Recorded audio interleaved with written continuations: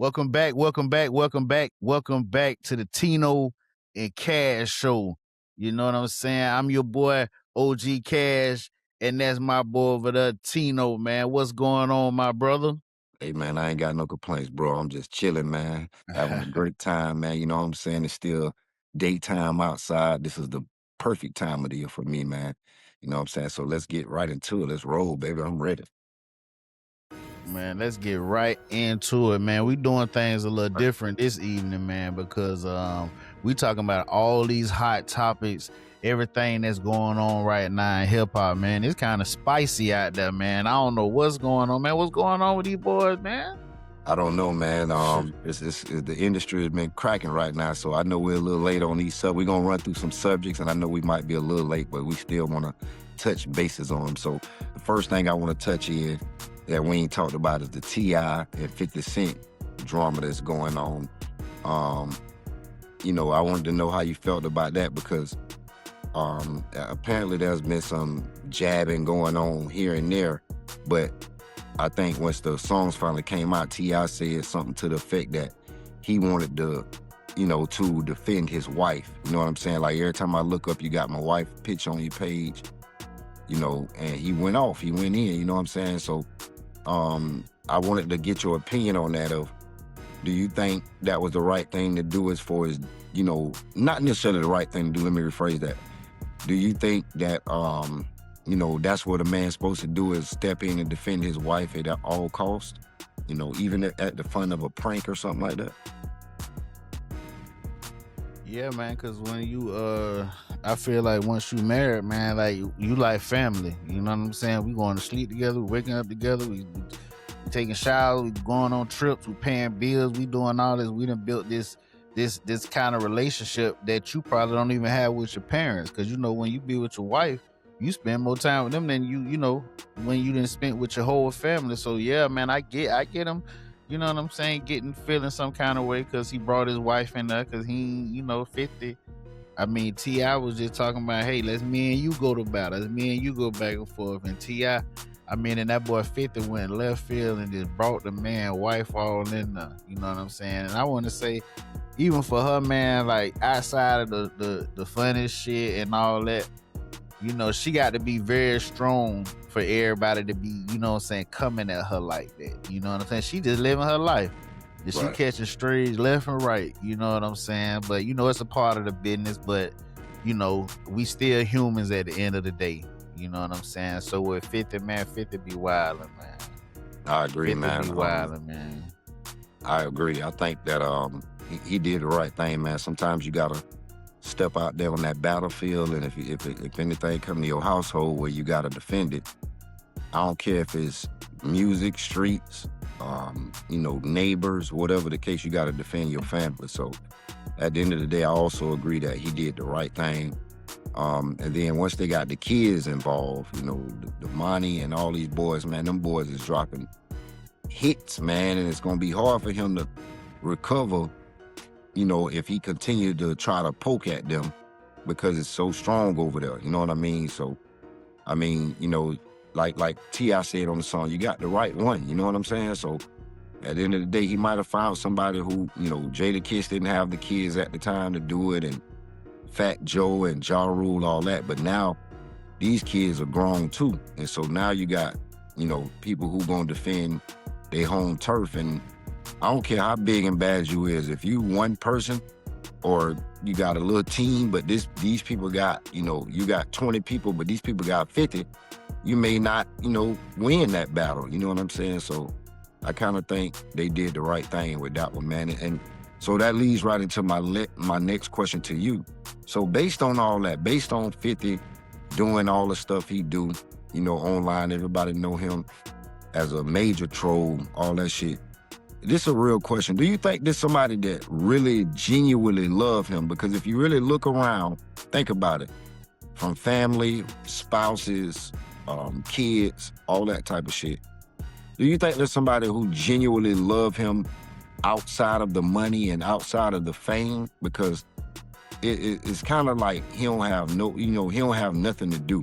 And I ain't saying it in a bad way, but what I'm saying is bruh gon', if you come wrong, he gonna come right at you. And it's like, at some point, a nigga be like, man, I ain't finna respond to them old whack ass niggas or whatever the case. But it seemed like he always got time. So how you feel about that? Do you think somebody genuinely in his corner for him?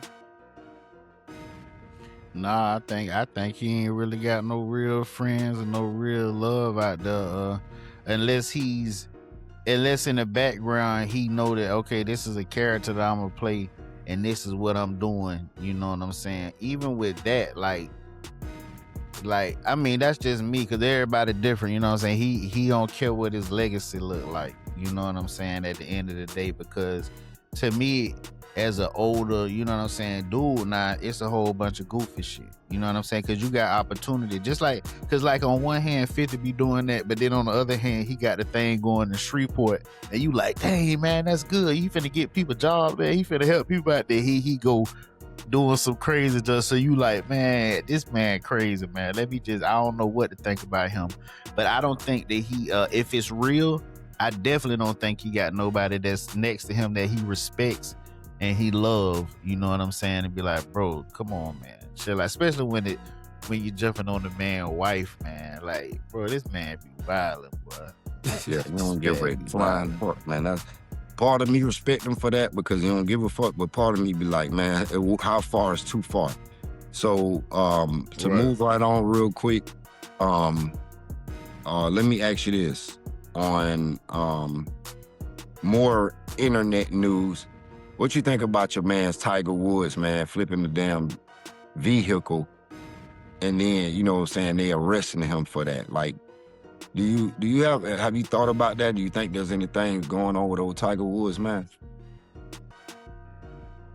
Yeah, I mean, deeply, you know what I'm saying? It's not all jokes aside. It got to be, it's some kind of addiction he got going on, whether it's alcohol or whether it's some kind of drugs, you know what I'm saying? And I ain't talking about no crack or nothing, but it got to be something going on to get him out of his self like that. Cause you know, it take a lot to get to where he's gotten to, you know what I'm saying? To these days, it take a lot to get there. I know it take a lot of stuff that we don't even see.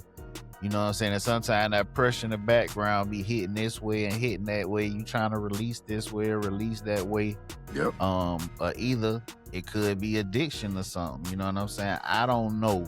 You know, but for a man to reach that level of success, and now you rolling over in trucks, you know what I'm saying? And this ain't the first time you've been into something like this.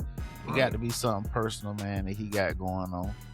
His dad ain't here, you know what I'm saying? His daddy was the only one that he felt like that really had his back and really loved him outside of anything, you know what I'm saying? Because you don't know what he's going through with his wife and his kids. Because sometimes the kids don't turn out to be the way you want to, you know what I'm saying?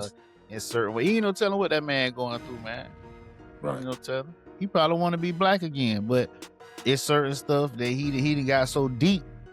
You know what I'm saying? Because you know you be going through stuff. Because he could be in all this golf stuff and be around these white folk and they just be, yeah, man, yeah. But trust me, he didn't seem like, oh man, this ain't real. But whatever. I wish I could just go back on our side and get that real hood, that sweet potato pie. You know what I'm saying? That genuine love. And I think he could be in a crazy space, man. What you thinking about that, boy? I agree. I'm gonna say it's one word and 5 letters. One word, 5 letters. That's called pills. Pills. And I'm not trying to be funny. I'm not trying to be funny, bro. What I'm saying is, I think Tiger is on his 7th back surgery or some shit like that. So when I look at the deep root of it, is that he's had so many surgeries, so many injuries that of course he in pain. So when they did the breathalyzer, he didn't have no alcohol levels, but he wouldn't take the other shit, the urine and all that, because he knew what them pills was gonna do. And that brings me to the question is, when does the United States of America, because I thought of this the other day, like when the fuck, if ever, would they take responsibility? Now they'll lock a nigga up for serving a nigga some, prescription pills or smoking weed or whatever in certain places and all that shit, but they prescribing shit that'll get you addicted. So you gotta think, Tiger Woods been doing this shit 5-6 years, as far as his addiction and all that shit. Them pills is no different from all that other shit that motherfuckers taking in the street. They're addictive. And so, you know, luckily, you know, he probably had a cool judge or whatever who said they allow him to travel out of the country for treatment. But at the end of the day, it's something going on with them pills, no different from Michael Jackson, Prince. All them people had been on prescription type shit for a while, man. And so I think that shit can become so addictive, but because we look at them as stars or in a higher, you know, light than a regular person, we don't expect those type of things. But they actually, in real life, they're regular ass people just like me and you.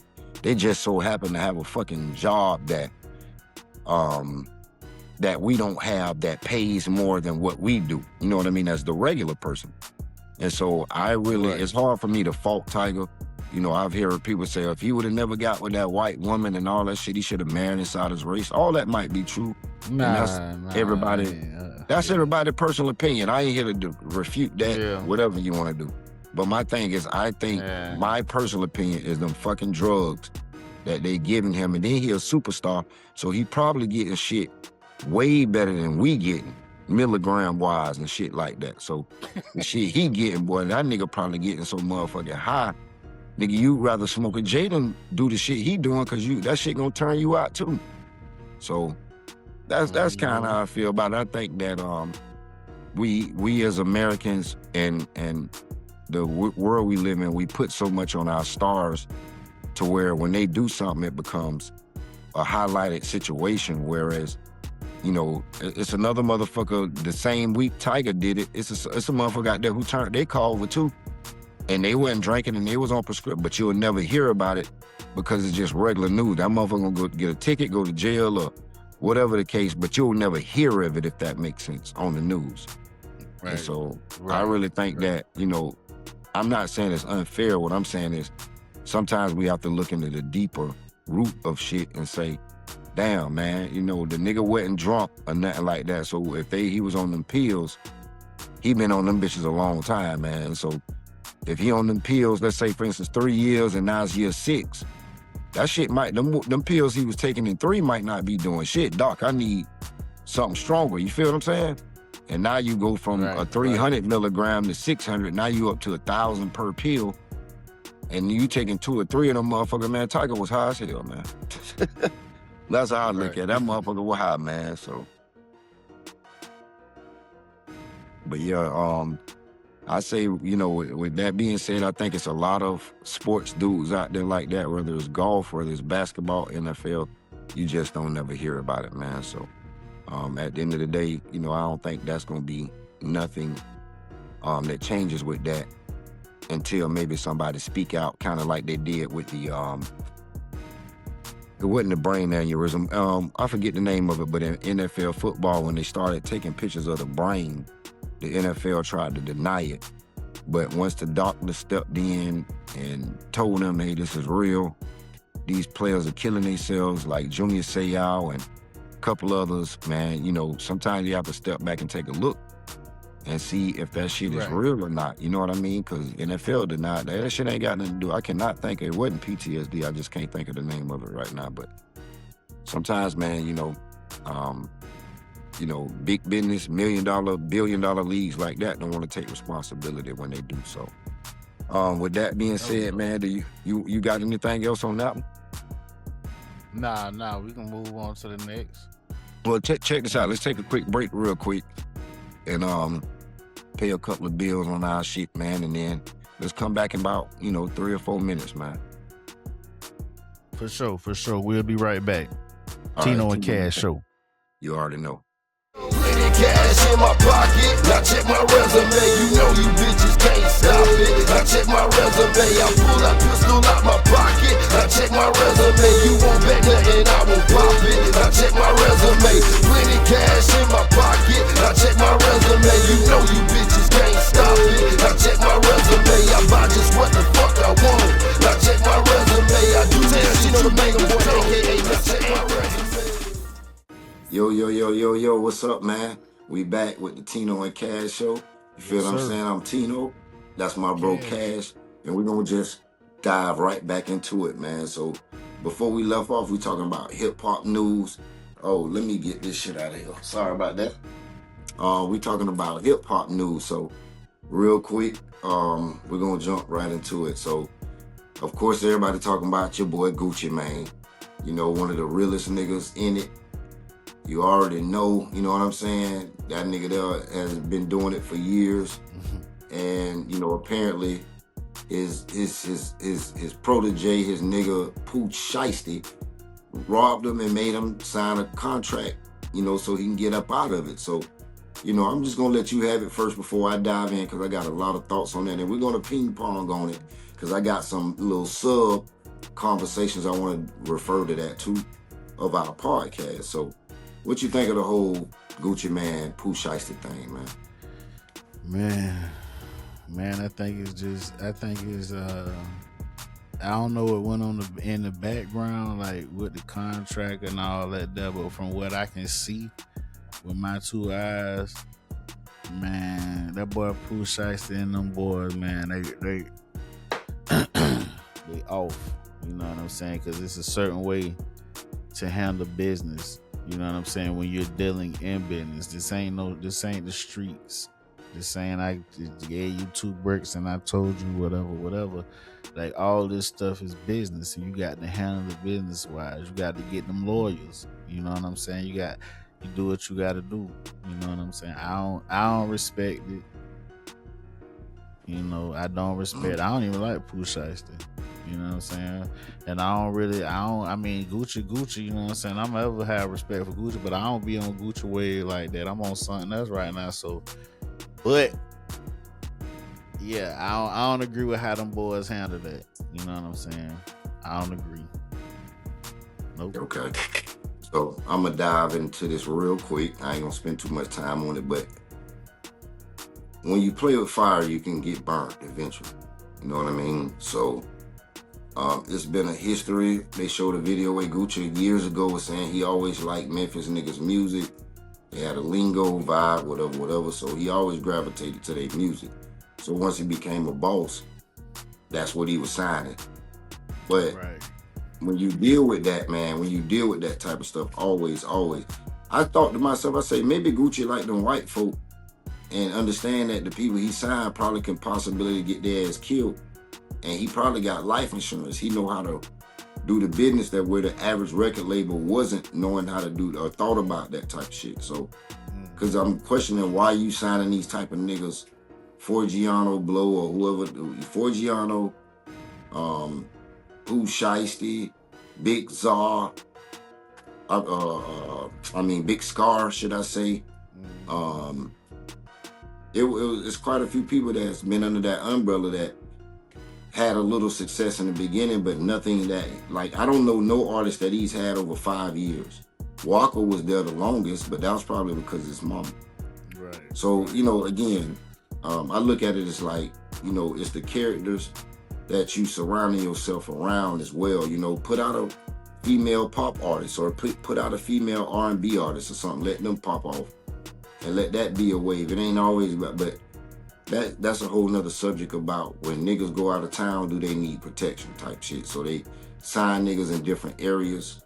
And so now, like, if I go to this Cali and I got an artist in Cali, niggas respect me, you know, type shit. I don't know, man. So that leads me into POOH SHIESTY, people who was with him, Big 30, which I think had a record deal with another label. He had got a deal before POOH SHIESTY did. I want to say that was with Moneybagg Yo. No, one of them artists, one of them dudes from over there got signed with Moneybagg Yo. All that shit, and then the situation went crazy, and I think they went their separate ways. But he got loyal members on his team who would jump out the window for him, and instead of them telling him to do the right shit or him telling them to do the right shit, they decide to do the opposite. So just on a little bit, if you could dive in, what do you think about, you know, your homeboys who don't really lead you to the right shit? Especially in this type of situation, like when we finna, hey man, pass me the Drake. Man, come on, bro. That's what we doing, you know what I mean? Now, again, nigga got your kid hostage or something, that's different. But you talking about a contract, like you say, some legal shit. Right. or a motherfucker did something to your family, I'm all for it. You know what I'm saying? Because I want a nigga all in with me when I do some shit like that. If it's about my family or something that's dear, but a contract, like you say, man. So when it come to the friend thing, just the daddy was there too. Yeah, well, I was gonna get into that. I was just asking you, starting with 30, his partner. Yeah, 30. You know them boys, man. Yeah, your partner, your real homeboys are somebody who really, you know, I don't know, man. Them boys so immature, man, and they come from this life. Cause I seen POOH SHIESTY was like 12 years old with a darn ankle bracelet around his leg, like, you know, like some people that grow up a certain kind of way and taught certain things, they really think they be doing the right thing. You know what I'm saying? By the kid, yeah, like, but it comes to time, man. You got to differentiate those things. You know what I'm saying? Because that's. Cause I know niggas, you know, we boys be emotional. You know what I'm saying? All of us get emotional, but it's like how we handle those emotions, and that just like what you got out of that at the end of the day. You ain't even get what you call yourself wanting. You ain't get no respect. Because the people our age looking at you like you're crazy. Right. You know what I'm saying? So I don't respect it, man. Well, that leads back into what you was going into with the dad. Right. So I thought that was ironic with, you know, you got two different scenarios. I was having a conversation about this today with someone, and we were saying how the dad, you know, known gang member, you know, just was that dude. That's who he was, you know what I mean? And his son, you want to be like him. So at the end of the day, it's like he never taught his son to, you know what I mean? Like, nah, I went this route, I don't want you to go this route. Right. You know what I'm saying? So at the end of the day, I called it, you know, I'll give you an example. When I also seen Joe Budden on a podcast. I thought this was interesting. This is the part where us as black people want to say music is so real, which I believe is entertainment, no different from movies. That's my personal opinion. But Joe Budden is like, they played POOH SHIESTY's song after this shit that happened, and them niggas vibing. They like, boy, that shit hits a little different when you know them niggas will really do it. And it seemed like that's what all we care about. You know what I mean? I'm like, to prove to you that I will really do it, I don't mind jeopardizing 30 years of my life. If that makes sense. You know what I mean? It's like, you know, our culture is just messed up, in my opinion, to the point where, you know, and they capitalizing financially in the industry off of it. So they're never, as long as niggas talk that gangster shit, and if them crackers see 30 of y'all, no mask, on that bitch with guns, and y'all pointing at the camera and doing all that, man, they got gang rap shit now. So they gonna be able to point you out, and now you affiliated with this gang. Once they classify you as a gang, they gonna try to come to you with them type of charges too. Right. As opposed to a nigga just doing it by itself and not there busting a nigga head by itself. He ain't got no, you know, I wasn't part of no gang. You can't hit me with no RICO. Right. You know what I mean? Right. So and so to go back to the dad, I wrote down little points. Cause again, Joe Budden was kind of deep to me when he's like, oh, it hits different now. It just, man, that shit, man, that nigga there, you know, like now he's a real nigga to them. You know what I mean? Because they know he would do it. He ain't Joe Budden, old as he is, he around here glorifying that bullshit. Shit crazy. Daddy, I wrote down like influence. You know, what type of influence was he on his son? You know, failure in leadership. No guidance. You know, and then the other thing was, the last thing I thought about was somebody say, well, what if they hit his daddy with a bunch of years? Would he testify on his son? And I told him no, because like they was trying to bring up the blue queso thing, and I said, no, that wouldn't happen, for the simple fact he already feel like, you know, he gotta protect. He seemed like the type of dude he gotta protect. He was in on shit. So no, he not gonna testify against his son. It was a difference, because in the other situation, dude wasn't with his son when that stuff happened. Yeah, I might have picked my son up, whatever, but I wasn't with them. Right. Apparently the daddy was there too. So it's two different, like, I can't testify against my nigga and he was right here with me, you know what I mean? So what you think about that as far as a dad being an influencer, trying to teach your son the right thing, or being the type of cat that you with the shits just like your son? Yeah, man, I really like when it comes to the dudes, you know what I'm saying, that like around our age too, and even a little younger or older, whatever, that kept them 2 feet in the hood with that hood mentality. It's a difference between being, okay, I'm from this neighborhood, I'm gonna stay in this neighborhood, but I'm still growing and maturing. So I realized certain things and certain ways I used to move when I was younger. I can't move like that no more. You know what I'm saying? But it seems to me is POOH SHIESTY there was on the gangster shit, and then POOH SHIESTY blew with the music. So now I'm saying, shit, the shit that I was teaching my son, word, look, my son got that bread, he a gangster out here, woo, woo, woo. Because some people value other things in a different way than other people value. Like me and you, we might value our daughters going to college, you know, being successful, being a good product of the in the community or whatever. Then another nigga value their son is, oh boy, that boy got that bag, he got 2 donks, you know what I'm saying, he got the big Cuban, he doing his thing, you know what I'm saying. People value things different, and this is definitely one of those situations, you know what I'm saying. It's definitely one of them. So I can't even make sense out of why he would do what he do. You know what I'm saying? Why he would do that, to be that type of influence on his son. You know. Hey, I'm a real nigga, that's why. Well, yeah, that's what he feel. You're a real nigga. I'm trying to be a real man. Yeah, nothing wrong with that. So moving right along real quick, the last thing I want to talk about is, you know, before we get up out of here, what you think, again, in hip-hop news. You got Offset and Lil TJAY. Offset apparently gets shot in Florida, outside the Hard Rock, or in the Hard Rock, whatever. They say Lil TJAY got knocked out. And they was trying, you know, fighting, which leads to guns, which safety is a whole nother topic we could talk about later, but that, how the hell they getting these guns in these places? But long story short, it's like, man, what's going on out here with our rappers, with our artists? I'm talking about the one, like, Lil TJAY, I've heard a couple of tracks, not bad at all, man. But Offset, I kind of like Offset. I liked him out of everybody when he was locked up the most when Migos first came out. I thought he could spit like a motherfucker, you know what I mean? And so, at the end of the day, my question is, what's going on with our artists, man? I don't know. What you think going on?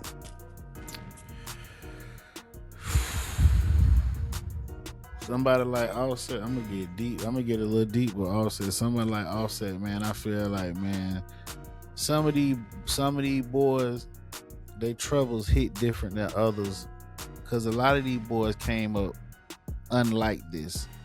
You know what I'm saying? They had praying mothers, they had praying aunties. They supposed to, you know, they life, well, I ain't gonna say it was supposed to go a certain way, but you know, they had the backing and the foundation of living a certain type of lifestyle.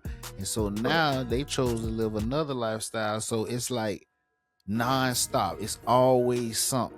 You got all the money. You know, you got enough money. You got enough money. You got enough things. Your baby mama straight. Yeah, like everything straight. But you just seem to always seem to find you. You know what I'm saying? Mm-hmm. I believe that's it lies within something deeper. Because you got, I mean, even though J. Cole different and a lot of these other, you got different kind of rappers that's different. Them boys really don't be getting into stuff like that. You know what I'm saying? But Offset, you every year you grow older. You become more mature as a man. You know what I'm saying? And there's certain things that, you know, that's crazy, man. That's crazy, you know what I'm saying? But I don't know what that nigga, I don't know what he going through. He could be on them pills too. He could be over drinking because of something he went through. He could have got poked in, you know what I'm saying? He could have got backdoored one day on the come up, you know what I'm saying? Being in a certain situation. Oh, you the little dancer. Oh, you know, because you know these men in Hollywood and these high places, they prey on niggas like that. Oh, he think he trying to be all cute for the girls. You know what I'm saying? I want him. Let's see what situation we can get him in. And some of them niggas get in them situations and boop, boop, them niggas fold up like a towel coming straight out the drive, nigga. You know, and then now, once you lose your manhood, boy, you know, it's hard to get that back. You might not never get that back. So then now they drinking more, they popping. Once it's gone, it's gone now. Goddamn. Right. That's like virginity. You'll never get your virginity back. You'll never get it back. So now once that's gone, that's gone. You gambling, you smoking, you popping pills, you trying to mask the pain. You know what I'm saying? You always going through stuff. You got a woman here, a woman that you can't even stay with one woman because you confused about that. You know what I'm saying? Like, ain't no telling what them boys go through, man. But I mean, I hope it get better, but you know, I don't think so. Cause like you said, it make too much money. The ignorance make too much money, so the ignorance gonna keep going on our side, and it's gonna no matter how many, man, we can impact 200,000 men on this podcast, but it's always gonna be one or two that spoil everything, that make everything worse, to give them something to record, to say, hey, see that's how black people live, see, you know what I'm saying? So it's man, I don't know the answer, man. I just try to live my life righteous and love the people that's around me, you know? Yeah, well, I think you hit it all on the head, man. I don't really got too much on that. Like I said, I just wanted to get your opinion on that. And again, my daughter said it to me. I had already seen it. I told her, you know, the nigga just need to sit his ass down somewhere. Bottom line, sit your name, like you say, your name is always up in something. I don't hear shit. Like you see the baby, the rapper The Baby, now he posting nothing but videos with his kids. Big No Knife, Lil No Knife, and all it, like they cooking. Like, nigga, well, I don't ever see no pictures and shit with your family and kids. I work. Niggas like that, they're the type of niggas, I don't give a fuck how many, I don't want you around my family because I don't know what you got going on. Remember how we talked about it on another podcast? He the type of nigga you don't know what got going on because you got this and you know you in a movie or something. So for 8 weeks, you finna be in Cali in one location, whatever, but this your homeboy, but you don't know what the fuck he got going on. He that type of nigga to me. Right. Like, what the fuck? Bro, like, show some fucking pictures of you and your kids. Right. He might not want Cardi back. She probably don't want him back. But at the end of the day, it's like, show some shit with your children all the time. Like, on a constant basis. Like, nigga, like, shit, I was smoking when I had my kids live with me. It wasn't nothing for me to go smoke a J, but I'm still finna be with my kids. You know, like, that don't, you know, I'm not in the street looking for different shit. Of course, his life is different from mine, and he travels and all that shit as far as the music. But I'm starting to just say, damn, dog, like, and that's another thing I was trying to tell you. We ain't got to mention nothing or nothing, but, you know, it'd be a lot of these niggas right here in Florida, man. You just happen to run into them, or you know somebody that know them, and you be around them. Like, these niggas regular niggas, nigga at the casino. What the fuck is him and Lil TJAY doing in the same spot at the same time anyway? Right. You get what I'm saying? The niggas got beef. How did they end up in the same location? You get what I'm saying? Right. So it'd be little shit like that. So I don't got nothing more on that, man. I just wanted to kind of deviate tonight and just talk about, you know, some hip hop shit and why does it seem like it's always our people? Because that's how I ended it. Right. And I want to get you to end it off. And I'll start it off. Why is it always our culture / people that portray such toughness? You got Trick with the No Fly Zone. You got Remember the Beef DVD that had been going on for years. You can go back to, like we said, T.I. and Lil Flip and Chingy and Chingy and or whoever Nelly had signed to him. Why does this not happen in different cultures or in the other cultures? And are we designed to hate each other? As a matter of fact, I don't know. I think we've been running a little bit. I think we can save that, dog, and do a part 2 to this. That's how I feel like those questions, just that right there alone. Now, you can answer them if you want. We can just kill it with right now. But I really think that if we did one little segment and maybe get a couple of people's opinion of Why is it always our culture, our people that portray such toughness? You know, you go back to the Beef DVDs back in the early 2000s. Trick, when he came out with the no-fly zone, meaning niggas can't even come there and perform without checking in. Why doesn't this happen in other cultures? And, you know, are we designed to hate each other? I don't know. It's up to you, man. But I think we can leave it right where it's at and come back real quick next week and hit them with that and kind of dive into that type of shit. Because I think that could lead to something, especially while we, you know, designed to hate each other. So I think we should do that. I think we should leave it right here. And we need to talk. Yeah, we need to talk about that. We need to talk about it. Yeah, man. And then don't worry, people, we gonna get right back to our conversations like we do, man. We still in season 2, but we felt like we needed to take a little detour real quick and talk about what's going on out there in them streets. We know y'all love hip hop. We know y'all love rap, you know what I mean? And music in general, but you know, it just seems like it's our music. So with that being said, Cash, you got anything else for them before we get out of here, bro? Man, y'all be safe out there, man. Be safe out there. Stay taking care of yourself, man. Stay loving yourself. And if you ain't loving yourself, try to find ways to love yourself, man. Because if you don't love you, man, nobody else ain't gonna love you, man. Nobody can love you the way that you can love yourself. It's a beautiful thing, man. So, man, I pray for all y'all, all your listeners out there, man. I pray for y'all. I pray for y'all, and I hope everything go good for you, get better, keep going good. You know what I'm saying? That's all I got for tonight, man. Love you. And with that being said, man, we gonna appreciate y'all listening to Tino and Cash Show. Make sure y'all subscribe, like, please comment, man. We want to see y'all commenting in the pages, man. Y'all just come on in there, man. Don't be scared to drop a little note in there to us, you know what I'm saying? But with that being said, we on the hip hop series right now. It's for not even serious, we just wanted to deviate and get on the hip hop and see what's going on in our culture in the music real quick. So with that being said, we'll come back and drop this episode 2 to y'all. And man, right now we out of here. Thank y'all for tuning in to the Tino and Cash Show. Peace. Peace.